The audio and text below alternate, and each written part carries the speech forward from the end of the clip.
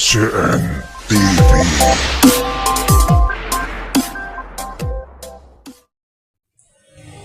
Assalamualaikum pemirsa.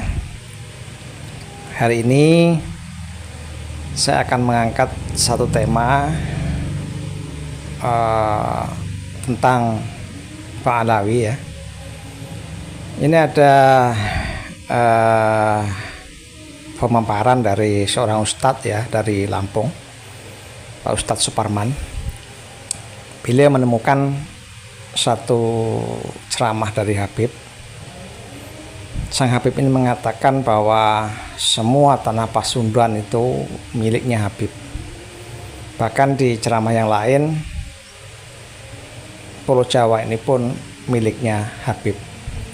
Bukan cuma itu, saya ada rekamannya itu ya, bahwa bendera merah putih itu yang bikin Habib. Kemerdekaan Indonesia itu yang merencanakannya, menentukan tanggalnya itu adalah Habib.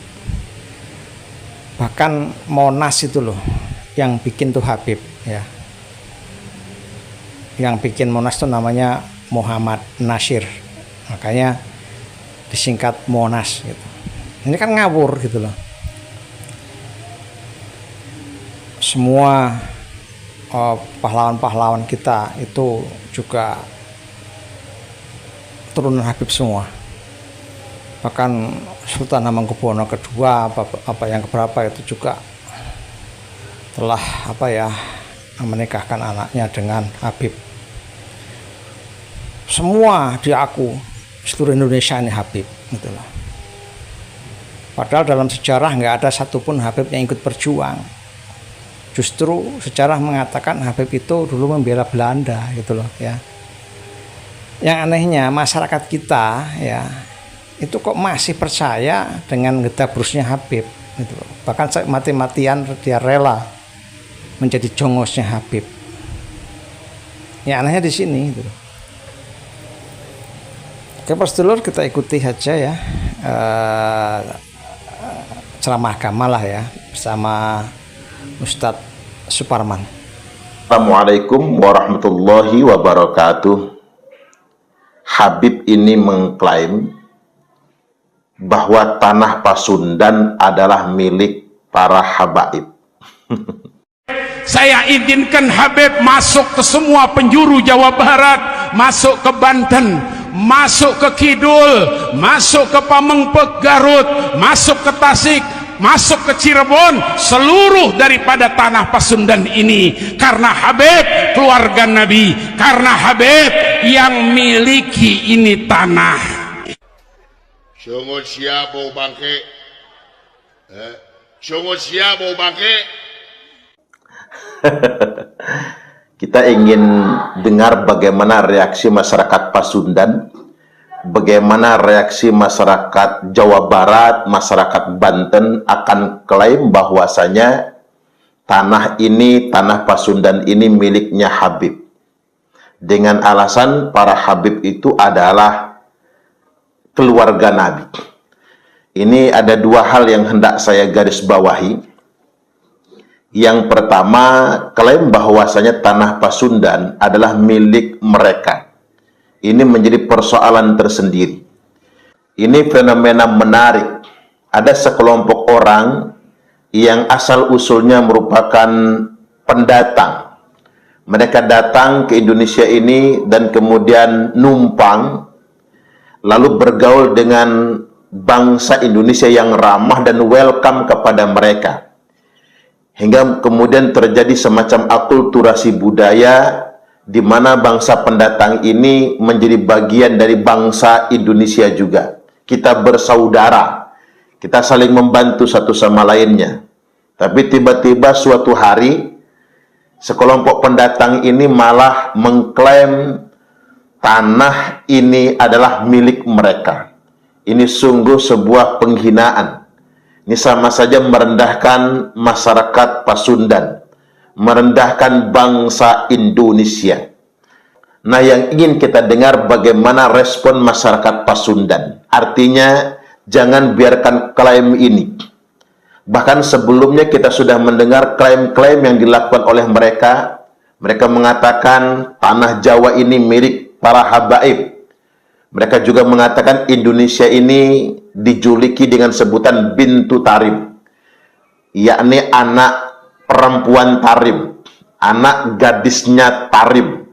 Ada juga yang menyebutkan Bintu Hadramaut. Indonesia ini anak gadisnya Hadramaut. Jadi kita dianggap anak perempuan lagi. Bahkan menurut bahasa Arab Amiyah, bahasa Arab pasaran, bintu itu bisa diartikan sebagai wanita lajang yang bisa diselingkuhi, wanita yang bisa ditiduri, atau sama saja dengan wanita yang bisa dibayar untuk ditiduri. Artinya memang klaim-klaim yang sudah mereka sampaikan dan terekam dalam ceramah-ceramah mereka, dalam artian tersosialisasikan oleh mereka sendiri, ini merupakan bagian dari merendahkan bangsa Indonesia. Khususnya dalam konteks ini ya tanah Pasundan. Ini mesti ada peringatan dari masyarakat Pasundan. Ini nggak bisa dibiarkan. Kemudian persoalan kedua yang kita garis bawahi dari video ini adalah begitu latahnya mereka mengklaim bahwasanya mereka merupakan keluarga Nabi. Hari ini kita harus lebih tegas bersuara untuk mengatakan Bani Ba'alwi yang menyebut diri mereka sebagai Habib di negeri ini, mereka bukan anak cucu Nabi. Sudah jelas DNA mereka gay, yang sangat berbeda jauh dengan DNA Rasulullah Sallallahu Alaihi Wasallam. Tetapi pengakuan mereka sebagai anak cucu Nabi, mereka gunakan itu semua untuk mengeksploitasi umat Islam dan bangsa Indonesia. Dan ini semua tidak bisa dibiarkan. Memang ini sudah disinyalir oleh Rasulullah Sallallahu Alaihi Wasallam, "Tsumma fitnatu sarra", nanti akan muncul fitnah sarra, dakhanuha min tahti qodama rajulin min ahli baiti, di mana fitnah itu akan keluar dari seseorang atau orang-orang yang mengaku-ngaku sebagai ahlul baitku, kata Nabi, ngaku-ngaku sebagai keluarga Nabi. Yaz'umu annahu minni walaysa minni. Mereka ngaku-ngaku, nyebut-nyebut diri mereka merupakan keluargaku. Mereka menyebut diri mereka sebagai keturunan Nabi. Mereka menyebut diri mereka sebagai dzurriyyat Nabi, itrah Nabi. Mereka menyebut diri mereka sebagai ahlul bait Nabi. Walaysa minni, padahal sebenarnya kata Nabi, mereka bukan keluargaku, mereka bukan dzurriyyatku, mereka bukan keturunanku. Wa innama awliyaiyal muttaqun, karena sesungguhnya semata-mata wali-waliku, keluargaku yang sesungguhnya kata Nabi adalah orang-orang yang bertakwa. Artinya sampai di sini kita jadi paham, untuk bangsa Indonesia pada umumnya yang negerinya telah diklaim, untuk masyarakat Pasundan yang tanahnya sudah diklaim, dan untuk semua umat Islam di Indonesia yang dihadapkan dengan pengakuan Ba'alwi bahwasanya mereka merupakan anak cucu Nabi, ini kurang apa? Artinya kita harus bersikap. Jangan biarkan ada orang yang mengeksploitasi nasab mulia Rasulullah Sallallahu Alaihi Wasallam untuk memanipulasi kita semua. Apalagi untuk merendahkan bangsa Indonesia, apalagi untuk mengeksploitasi umat Islam yang ada di Indonesia ini. Ini nggak boleh dibiarkan. Ketika kita membiarkan klaim-klaim ini disebarkan oleh kaum Ba'alwi, lalu mereka mengorganisir muhibbin-muhibbin yang taklid buta, muhibbin-muhibbin yang mereka menit, yang mereka alahkan, dan mereka kendalikan, yang mereka jadikan kacung oleh mereka semua, lalu kita biarkan begitu saja, maka kita sama saja sudah melakukan dua dosa besar. Dosa yang pertama, kita ikut andil dalam rangka menodai kemuliaan nasab suci Rasulullah Sallallahu Alaihi Wasallam, dan yang kedua, pengkhianatan kepada bangsa Indonesia.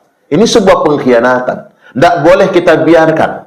Itulah mengapa para ulama menfatwakan ngaku-ngaku sebagai keluarga Nabi, ngaku-ngaku sebagai ahlul bait Nabi merupakan dosa besar. Sampai-sampai ada 3 hukuman yang disebutkan oleh Imam Malik rahimahullahu ta'ala terhadap orang-orang yang mengaku-ngaku sebagai keturunan Nabi. Yang pertama, yudrabu dorban waji'a, pukul dia dengan pukulan yang sangat keras atau pukulan yang sangat menyakitkan. Kemudian yang kedua, wa yushahhar bihi viralkan, sebarkan kemana-mana bahwasanya ini sekelompok orang yang ngaku-ngaku sebagai keluarga Nabi.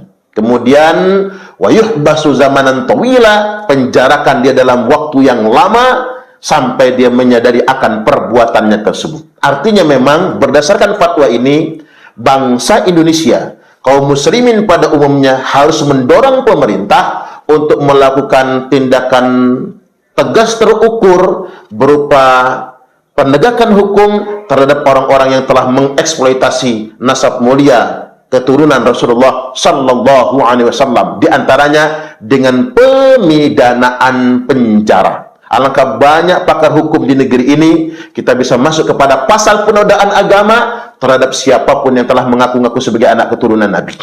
Orang mengaku Nabi saja kena pasal, ngaku Imam Mahdi saja kena pasal penodaan agama, apatah lagi orang yang mengeksploitasi nasab mulia keturunan Rasulullah Sallallahu Alaihi Wasallam. Ayo bergerak, sadarkan umat, sadarkan bangsa Indonesia, Ba'alwi bukan keturunan Nabi Sallallahu Alaihi Wasallam, karena DNA mereka jauh berbeda dengan DNA keturunan Rasulullah Sallallahu Alaihi Wasallam. Wallahul muwaffiq ila aqwamit thariq.